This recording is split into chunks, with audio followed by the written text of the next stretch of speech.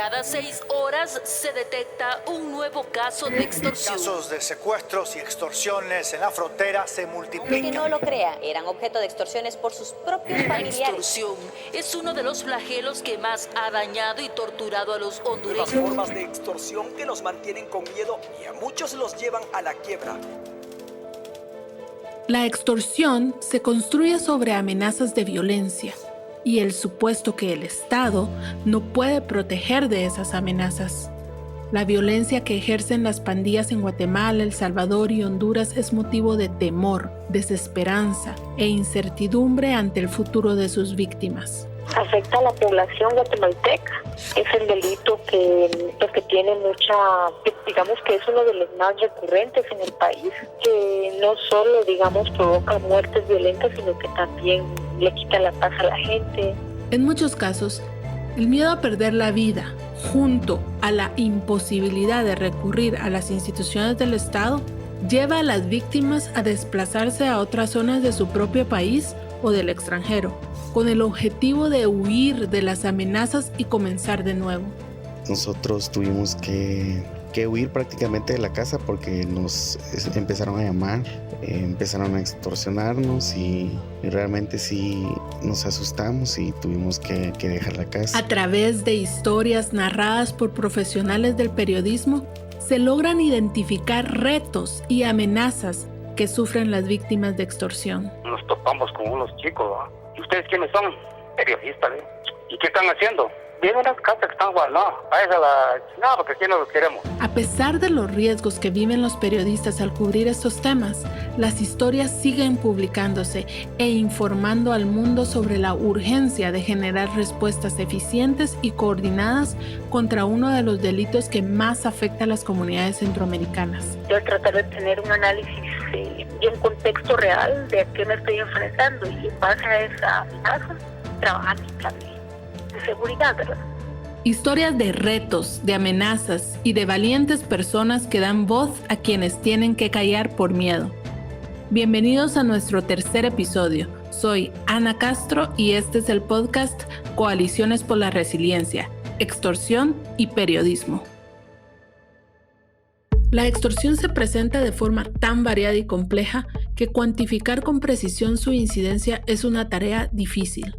Ante esta situación, determinar el número de desplazados como consecuencia de este crimen representa uno de los grandes retos de su estudio.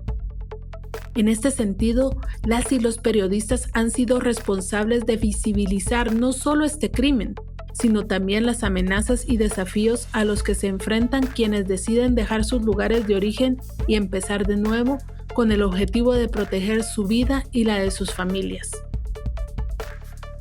Para platicarnos del tema nos acompaña José Manuel Patzán, periodista de radio, prensa y televisión, con 14 años de experiencia y especialista en temas de seguridad. Bienvenido, José Manuel. Muchas gracias. La verdad, estoy muy agradecido por tomarme en cuenta en este espacio y por darme la oportunidad de dar a conocer, pues con mi compañero fotógrafo, dar a conocer lo que hicimos, de alguna manera, pues hacer alguna recomendación de cómo hacer este tipo de reportajes y sin pues exponernos tanto o si esto pues ocurriera, cómo tomar las debidas precauciones. Gracias, José Manuel. Cuéntanos un poco, ¿qué desafíos has encontrado como periodista al cubrir temas de extorsión y temas vinculados como la migración y desplazamiento interno en Guatemala? ¿Qué riesgos te representa cubrir estos temas? Sí, bueno, hay riesgos en cuanto a tu seguridad. En este caso, nosotros hicimos un reportaje, fuimos a documentar los casos en los cuales las familias han abandonado sus viviendas porque ya no pueden pagar la extorsión que les exigen las pandillas. En este caso fuimos a documentar lo que está sucediendo en el lugar que se conoce como La Isla, en el Mezquital. Este lugar es conocido o catalogado como zona roja por las autoridades porque hay presencia de las pandillas del barrio 18 y Salvatrucha. pero sobre todo la pandilla 18 se ha encargado, pues, o no se ha encargado, sino ha mantenido la zozobra en esa área, e incluso pues han logrado desplazar, por decirlo así, a varias familias de sus casas, familias que se han tenido que regresar a sus departamentos de origen, a otras áreas, incluso en el área de la capital, a pagar alquileres, porque se han visto en la necesidad de abandonar sus viviendas, porque les hacen cobros extremadamente altos. Y esto conlleva a que las familias ya no los puedan pagar. El Mezquital es solo uno de los lugares en donde se ha registrado el abandono de las viviendas. Hay viviendas que están llenas de basura, viviendas que ya no tienen ventanas, viviendas que se han convertido incluso en puntos de distribución de droga, porque es la finalidad de las pandillas. Por eso es que desplazan a las familias de esas viviendas, porque ellos toman estas casas como puntos de distribución de droga y como casas de seguridad, le dice la policía. E incluso hay una vivienda que le dicen la casa del terror, porque a pesar de que se han cerrado las ventanas, se han colocado puertas, ellos siempre abren las puertas y ventanas, e incluso según las autoridades estas viviendas son utilizadas para hacer ritos satánicos. Incluso en esta vivienda del terror, que le llaman así, ahí encontraron encontraron 4 cuerpos enterrados. Esto fue en el 2014 cuando encontraron estos cuerpos. Y entonces el riesgo para nosotros es también bajar a documentar este tipo de situaciones, pues es alto, porque tuvimos que pedir seguridad de las autoridades para que nos acompañaran a hablar con las familias que aún viven ahí, a tomar fotografías, pero es una situación de mucho riesgo tener que bajar. Tuvimos que bajar a cierta hora porque por decirte, a las 9 de la mañana ya no se puede, porque los pandilleros están en alerta y no permiten que ingrese cualquier persona. Incluso se corre el riesgo de que se origine un intercambio de disparos con las autoridades, porque incluso los agentes tienen prohibido bajar si no es en un grupo de por lo menos 10 agentes de la PNC.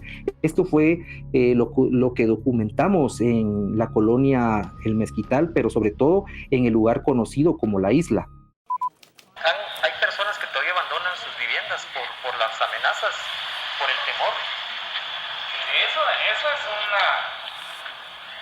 sido una constante por el hecho de que ellos se basan en hacer este tipo de amenazas y todo en los lugares donde ellos operan.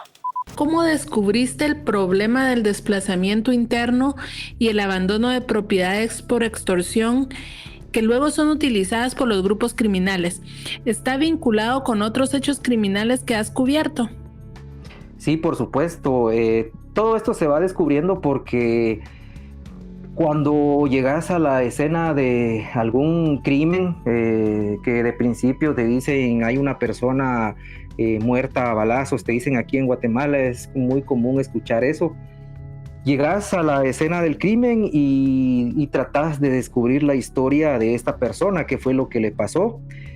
En ese camino vas descubriendo entonces las causas que muchas veces se desconocen, y descubrís que se trató de un caso de extorsión, pero descubrís todos esos detalles de cómo esa persona tal vez, por ejemplo, colaboró con dar sus cuotas. Se trataba de algún comerciante, algún tendero e incluso algún vendedor de helados, algún vendedor ambulante de helados que cubrió las cuotas que le exigían estos grupos, pero llegó algún cierto momento en que desistió de dar este dinero porque sus ventas ya no le daban para estar pagando sus gastos de operación y encima de esto estarle pagando a grupos criminales. Entonces te vas dando cuenta de cómo estas historias trascienden, te vas con las autoridades, te confirman la información, y es cuando decís, tenés que profundizar más en estos casos. Y es cuando te das cuenta que son personas que no solo pagan una cuota, sino también hay personas que se han ido de sus viviendas porque ya no tienen más recursos como pagarle a los pandilleros. y entonces su vida se pone en peligro y es cuando deciden abandonar esas viviendas. Como yo lo menciono en el reportaje, muchas personas, incluso las autoridades como el Ministerio Público y la Policía Nacional Civil, les han recuperado esas casas, pero ¿qué pasa? Ya hay una denuncia, ya hay algo en contra de los pandilleros, y entonces ellos no van a regresar a esas viviendas por temor a represalias, a pesar de que muchos de los pandilleros que los sacaron ya están muertos, pero ellos no van a regresar a sus viviendas. O sea, es como vas investigando todo ese tipo de cosas, vas viendo esa información que tienen las autoridades, y es cuando decís, tengo que ir a hacer ese trabajo de campo para confirmarlo, porque esa información de que las familias muchas veces abandonan sus viviendas, no siempre te lo va a decir la Policía Nacional Civil o las autoridades. Tenés que ir a investigarlo y tenés que ir a documentar ese tipo de información que no es oficial, porque no les conviene, ¿verdad? Gracias, José Manuel.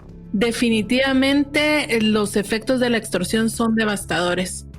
Muchas gracias y en breve regresamos contigo. Global Initiative. La amenaza de la extorsión no es lo único que obliga a quienes la sufren a migrar dentro de sus propios países. La falta de oportunidades y el miedo latente a perder el patrimonio o la vida, aunada a la esperanza de poder ofrecer a sus familias una vida mejor, los empuja a emprender la peligrosa travesía hacia Estados Unidos. Estas travesías se conocen muchas veces por la valentía de los periodistas que los acompañan. Expuestos a las estructuras criminales que modernizan y fortalecen el negocio migratorio, la mayoría de los migrantes busca mejores condiciones de vida. Y de acuerdo con la Organización Internacional de las Migraciones, es la población indígena, de por sí vulnerable, la que más migra. Está con nosotros Walfred García, periodista con 14 años de experiencia, comunicólogo de profesión, cuenta con una maestría en seguridad, estrategia y geopolítica de la Universidad de San Carlos de Guatemala. Ha escrito en medios como El Periódico, Ojo con mi Pisto, La Hora y Prensa Comunitaria. Bienvenido, Walfred. Hola, ¿qué tal? Mucho gusto y gracias por esta oportunidad. En tu trabajo como periodista, ¿cuál ha sido el elemento diferenciador entre cubrir estructuras criminales que se dedican al negocio de la migración en el contexto de las caravanas y cubrir otro tipo de historia periodística? En efecto, hay muchos elementos que se diferencian entre sí. Para enumerarlas, puedo decir primero que cada migrante considero que no debemos de verlo como un número o como la parte de un todo. Cada uno de ellos pues tienen una historia atrás que los obligó a salir de su país de origen, ya sea la pobreza, la violencia, la discriminación o ese deseo de superación que buscan muchos. Otro de los elementos es cómo llegar a estas personas que se dedican al tráfico ilegal. Pero lo curioso en este caso es que inicialmente yo pensaba que solo se podía contactar por medio de otras personas o por medio de terceras personas, pero ahora la tecnología, pues el uso de las redes sociales y por qué no decirlo, el tema de la pandemia, los coyotes, como se les dice aquí en Guatemala, las personas que trafican con personas, han utilizado este medio tecnológico para ofrecer sus servicios.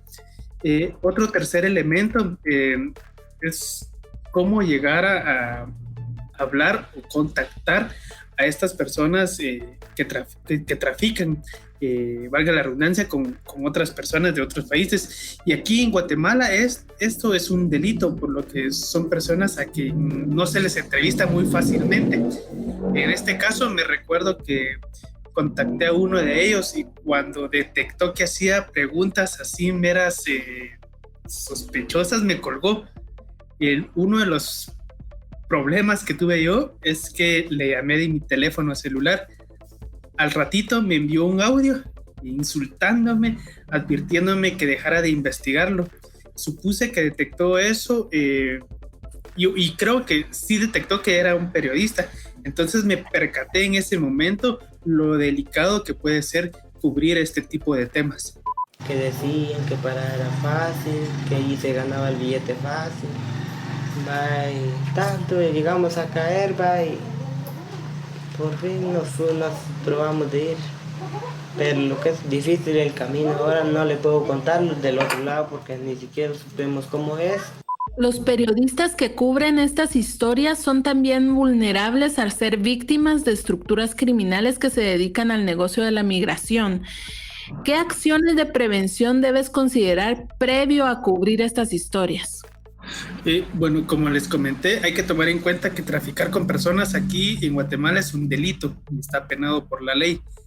En estas grandes redes, si se le puede decir así, existe una cadena de personas en toda la región que ven la migración como un principal negocio.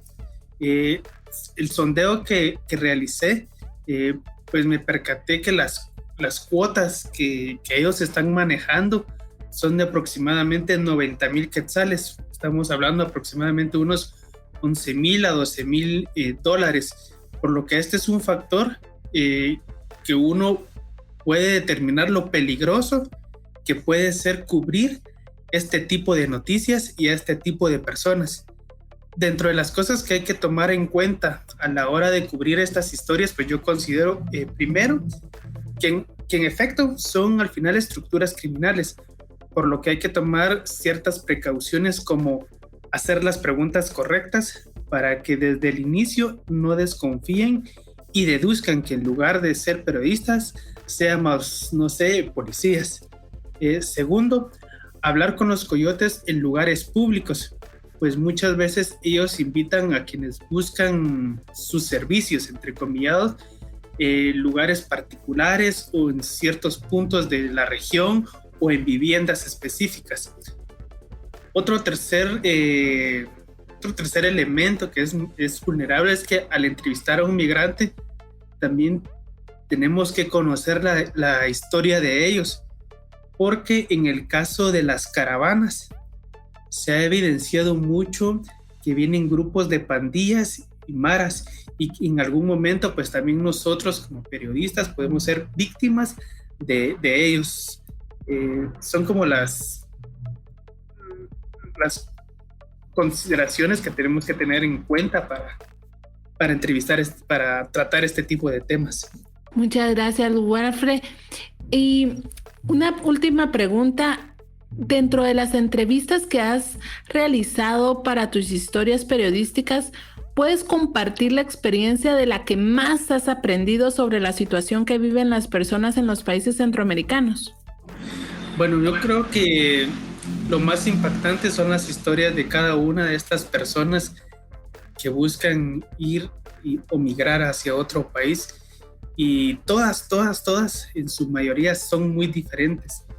Por ejemplo, en Guatemala se da el fenómeno de la pobreza y la desigualdad, principalmente en todo el área del occidente del país, en donde cada familia pues es aproximadamente de unos 6 integrantes y la condición económica es mala.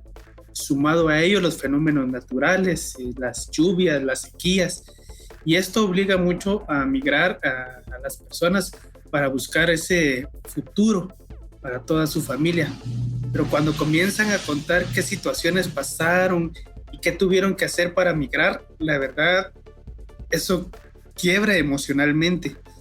En el caso de las caravanas, principalmente la de hondureños y salvadoreños, sumado a ellos el tema de pobreza, en estos países se denuncia mucho el tema de las pandillas, extorsiones y muertes implicadas al tema de las maras. Decía esto porque las oportunidades de los ciudadanos hondureños y salvadoreños son aún menos que de los guatemaltecos que buscan viajar hacia Estados Unidos de forma ilegal. Pues prácticamente en las entrevistas que se realizaron, pues muchos van solos, y aunque tienen ese objetivo de llegar a Estados Unidos, en la travesía el panorama va cambiando de un distrito, por ejemplo, de un distrito a otro distrito. Ya no son las mismas oportunidades que tienen desde que salieron de su país de origen. Pues eso no es lo mismo que pasa aquí en las caravanas en Guatemala. Digamos, no es la misma situación que viven los guatemaltecos a la hora de llegar a México. O sea, las oportunidades de estas personas salvadoreñas y hondureñas son, como decía, son menos y más riesgosas. Creo que son una de las cuestiones más impactantes a la hora de cubrir este tipo de historias, porque es triste y es, digamos, uno quisiera ayudar a las personas cuando le cuentan a uno, mira, estoy aquí en México y no sé qué hacer porque me negaron el permiso y ahora estoy trabajando aquí de forma ilegal, ya no quiero regresar a El Salvador porque ya no tengo a dónde ir. Digamos, esas historias son las que impactan a uno como periodista. Gracias, Walfred. Definitivamente son historias conmovedoras e impactantes y gracias a los periodistas tenemos acceso a ellas. Muchas gracias. En breve volvemos contigo. La extorsión como detonante del desplazamiento interno o externo pone de manifiesto la violencia y amenaza que representa este crimen, dejando a sus víctimas en una situación de indefensión donde sus voces difícilmente son escuchadas. Ante esta situación, la labor periodística es fundamental en la amplificación de estas historias. Sin embargo, quienes la ejercen se enfrentan a grandes retos, limitadas condiciones de seguridad y amenazas, por lo que es importante contar con protocolos para cubrir este tipo de crimen. Global Initiative. Para hablarnos del tema nos acompaña la periodista guatemalteca Sofía Menchú. Con 11 años de carrera, se desempeña como reportera en un medio internacional e integra un colectivo de fixers. Bienvenida. Hola Ana, muchas gracias por la invitación. Es un honor estar contigo hoy. Es incuestionable la importancia de reportar y contar estas historias en un país donde la extorsión es uno de los principales problemas de seguridad. ¿Qué te ha enseñado tu experiencia sobre cómo abordar este tema sin ayudar al extorsionista a fortalecer su herramienta principal, que es el miedo? ¿O piensas que es inevitable? Bueno, creo que el miedo es inherente a este tema de la extorsión, porque incluso que cuando uno logra que las fuentes le hablen y nos cuenten sus historias, desde el momento en el que uno se comunica con ellos y desde el momento que ellos están contando la experiencia de lo que pasó, siempre van a tener miedo.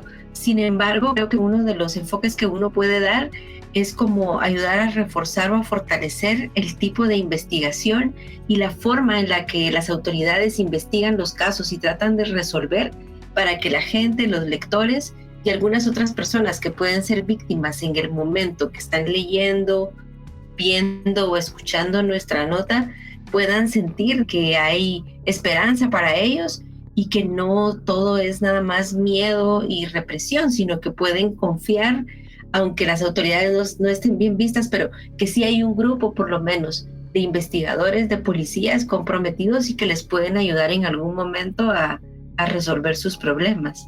Llamaron al diario y le dijeron a la secretaria que nos iban a pasar tirando una bomba, que eran de la Mara Salvatrucha, y que nosotros ya sabíamos por qué nos iban a pasar tirando la bomba. Entonces, ante la existencia de riesgos inevitables al cubrir temas vinculados a la extorsión y violencia, ¿consideras que hay una diferencia en los riesgos que tienen las mujeres periodistas? Bueno, yo creo que a veces el hecho de ser mujer en ocasiones es una ventaja para que las víctimas e incluso para que los investigadores y en ocasiones algunos de los propios extorsionistas sientan como cierta confianza con uno y le cuenten más cosas, puedan ir poco a poco confiando secretos, confiando partes de su historia, partes de las denuncias que hicieron en algún momento. Entonces, podría decir yo que de alguna forma parte de eso, de ser mujer, es una ventaja, pero también es un riesgo. Y es un riesgo porque uno está como más vulnerable al momento de querer ir a reportear, por ejemplo, a zonas rojas.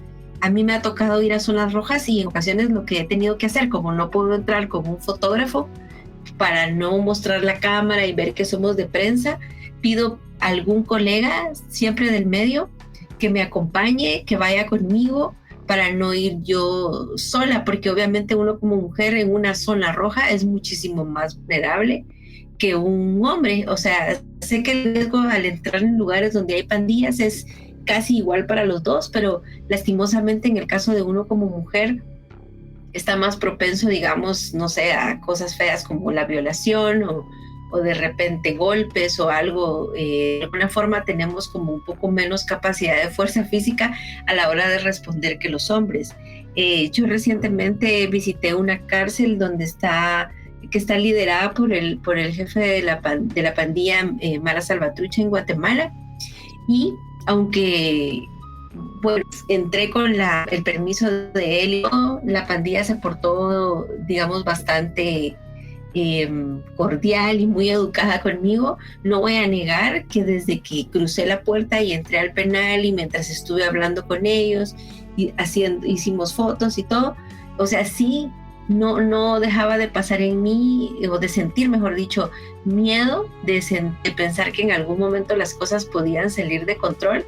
Y siempre me recordaba de una noticia, tanto una que leí en El Salvador como un caso que también sucedió en Guatemala, en donde muchas veces los pandilleros entran mujeres y las violan entre varias personas, varios hombres. Entonces yo creo que por eso mismo el hecho de ser mujer y trabajar temas de pandillas o de crimen organizado, pues sí nos pone en riesgo, sí es un riesgo para nosotras en cuanto a nuestra integridad física, y porque de alguna forma somos un poco más vulnerables que el hecho de tratar con un hombre. Gracias, Sofía. Tú mencionaste una recomendación que es ir y no estar sola cuando vas a cubrir una historia. ¿Cuáles son las recomendaciones que podrían facilitar o mitigar un poco el riesgo cuando se trabaja con historias de este tipo? ¿Podrías resaltar una que sea dirigida específicamente a periodistas mujeres?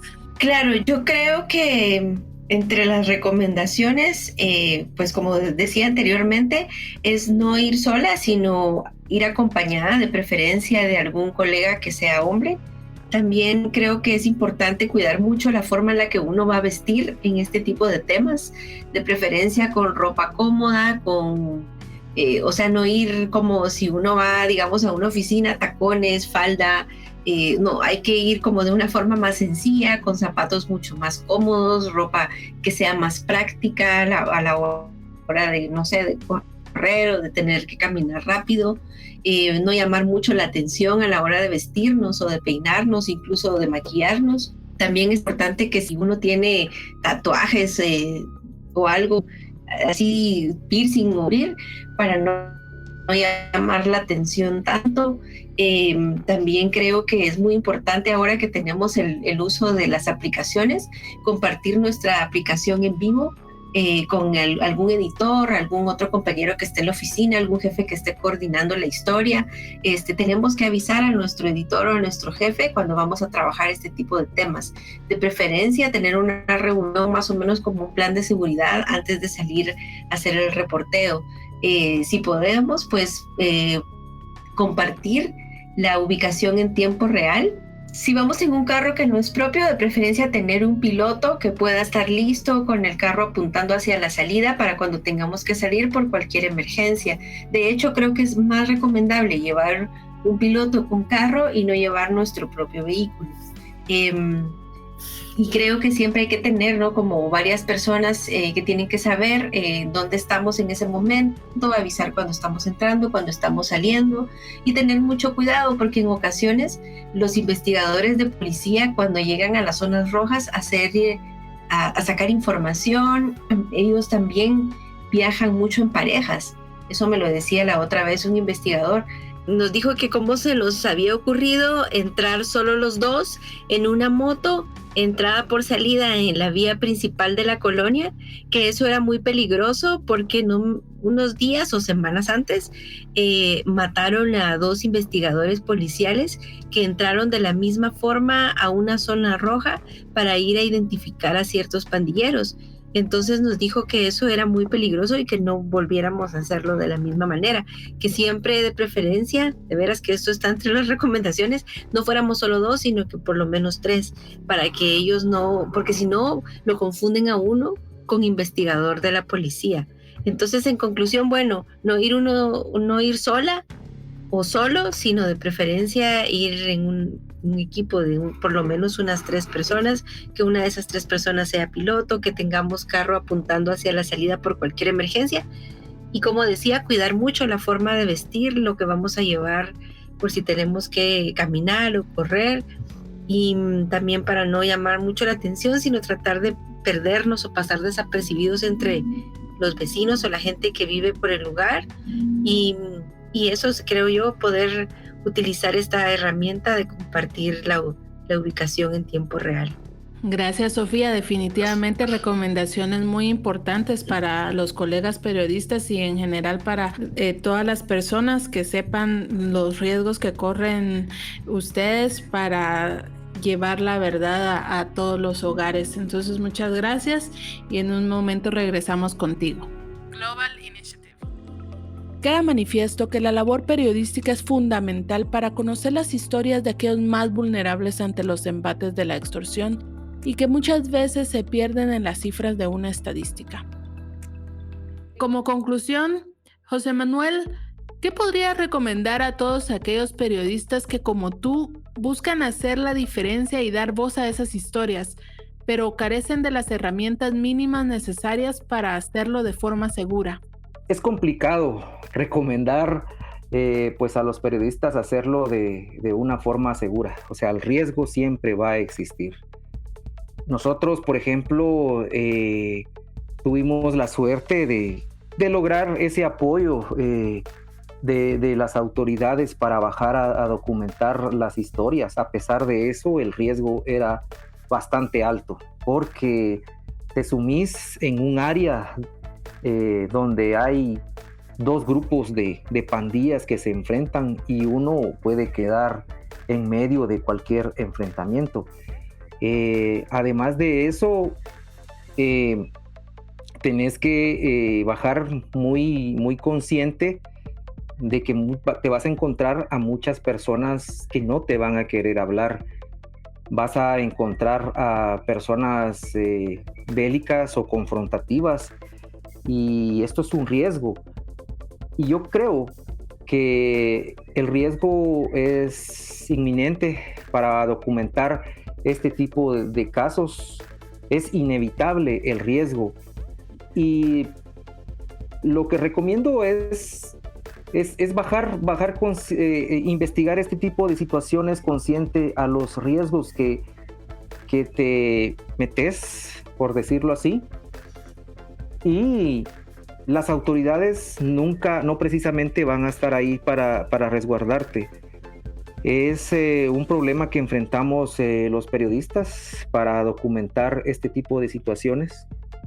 No siempre vas a tener el apoyo de instituciones para que te resguarden la vida, y sobre todo los periodistas independientes que quieren documentar este tipo de cosas. Es muy complicado, la verdad, llegar a un lugar y no someterte a un riesgo, sobre todo si se trata de temas de extorsión o de pandillas. Tenés que ser muy cauteloso. Esa podría ser una recomendación. Tenés que llegar, tratar de no llamar la atención de las personas, trabajar muy sigilosamente e incluso hacerte pasar como un vecino de ese lugar.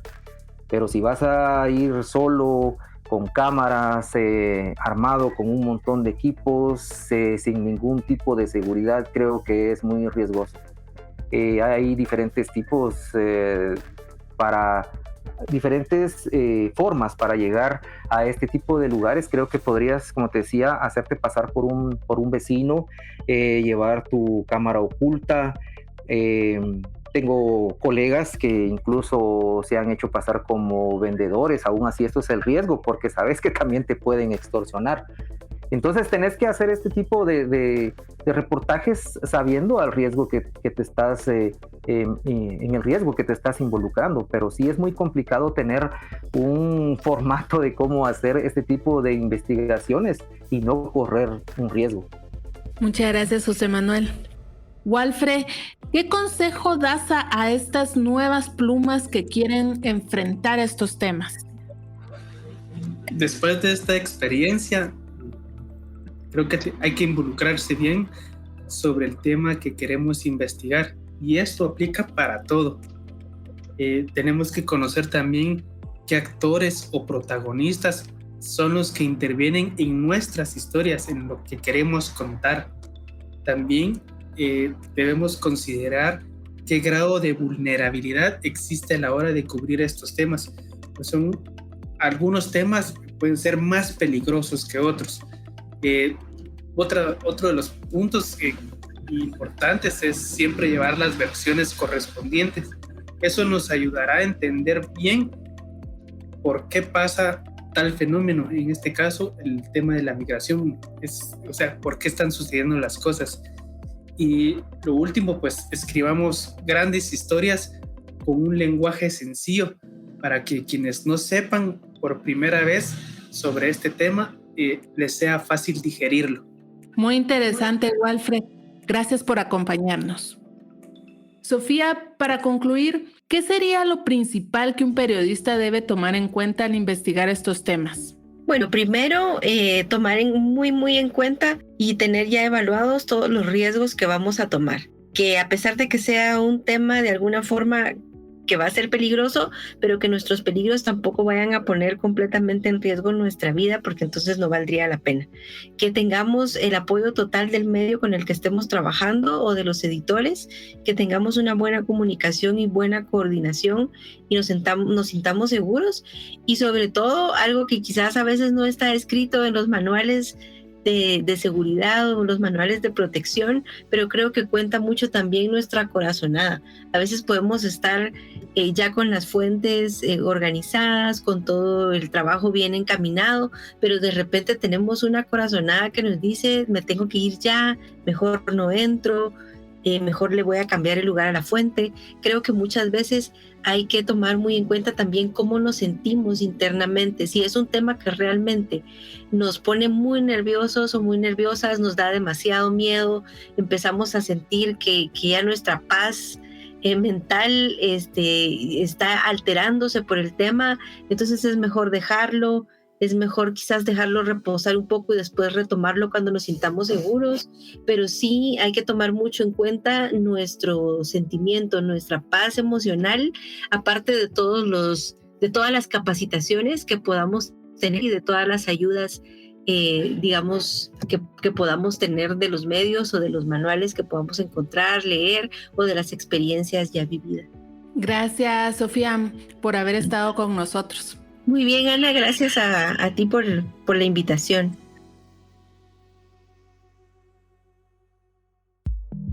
Agradecemos a nuestros invitados su valiosa aportación para entender un poco más sobre la extorsión y su interconexión con otros fenómenos criminales, y al valor de aquellos periodistas que demuestran con cada historia que amplificar las voces de las víctimas es clave en la lucha contra este delito. Con esto terminamos nuestro episodio de hoy. Para saber más sobre extorsión en Centroamérica, visita www.globalinitiative.net. Busca nuestros contenidos en español y descarga el reporte Una cultura criminal, extorsión en Centroamérica en la descripción de este episodio. En el sitio encontrarán más información y contenido sobre el trabajo de la iniciativa global relacionados al crimen organizado. También pueden encontrar otros episodios del podcast Coaliciones por la Resiliencia, así como otros podcasts en inglés de la iniciativa global como Deep Dive, Exploring Organized Crime, Extortion in the Northern Triangle, Africa and the Global Illicit Economy, The Impact, Coronavirus and Organized Crime, y Faces of Assassination. En redes sociales busca Global Initiative o puedes escribirnos a podcast@globalinitiative.net. Agradecemos tu calificación, reseña y suscripción a este podcast. Compártelo en tus redes sociales para llegar a más personas y mejorar nuestros contenidos.